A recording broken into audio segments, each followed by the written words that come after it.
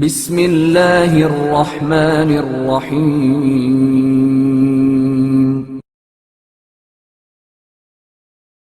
امام زمانہ جل اللہ تعالی فرجہ کے ظہور کی شرط۔ کسی شخص نے امام جعفر صادق علیہ السلام سے دریافت کیا کہ کیا حضرت علی علیہ السلام دین کی راہ میں قوت و طاقت نہیں رکھتے تھے؟ تو امام جعفر صادق علیہ السلام نے جواب میں ارشاد فرمایا، ہاں رکھتے تھے۔ تو امام جعفر صادق علیہ السلام کا جواب سن کر اس شخص نے کہا کہ اس کا یہ مطلب ہوا کہ حضرت علی علیہ السلام کچھ لوگوں پر غالب تو آ گئے مگر آپ نے انہیں قتل کیے بغیر چھوڑ دیا۔ تو امام جعفر صادق علیہ السلام نے فرمایا کہ حضرت علی کو ایسا کرنے سے قرآن کی ایک آیت ہی نے روکا تھا۔ تو اس شخص نے پھر پوچھا کہ وہ کون سی آیت ہے؟ تو امام علیہ السلام نے فرمایا وہ آیت یہ ہے، لو تزیلوا لعذبنا الذین کفروا منہم عذابا علیما۔ اگر مومن کافروں سے جدا ہو جاتے تو اللہ ان پر دردناک عذاب نازل کرتا۔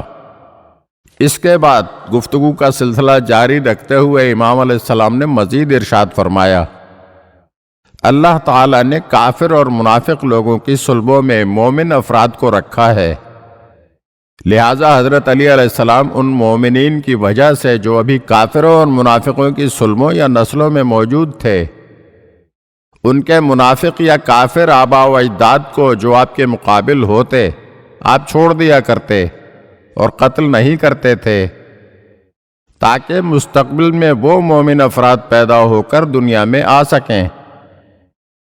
اور اسی طرح حضرت امام مہدی جل اللہ تعالی فرجہ کا ظہور بھی تب ہوگا کہ جب تمام مومنین دنیا میں پیدا ہو جائیں اور وہ سب آپ کی مدد کریں گے، لہٰذا جب تک یہ مومن افراد دنیا میں نہیں آتے اور امام مہدی جل اللہ تعالی فرجہ کے وسائل پورے نہیں ہوتے، آپ کا ظہور پرنور بھی نہیں ہوگا۔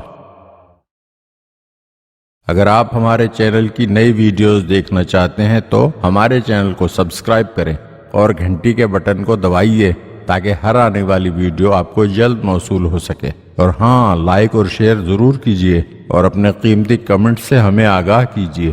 شکریہ۔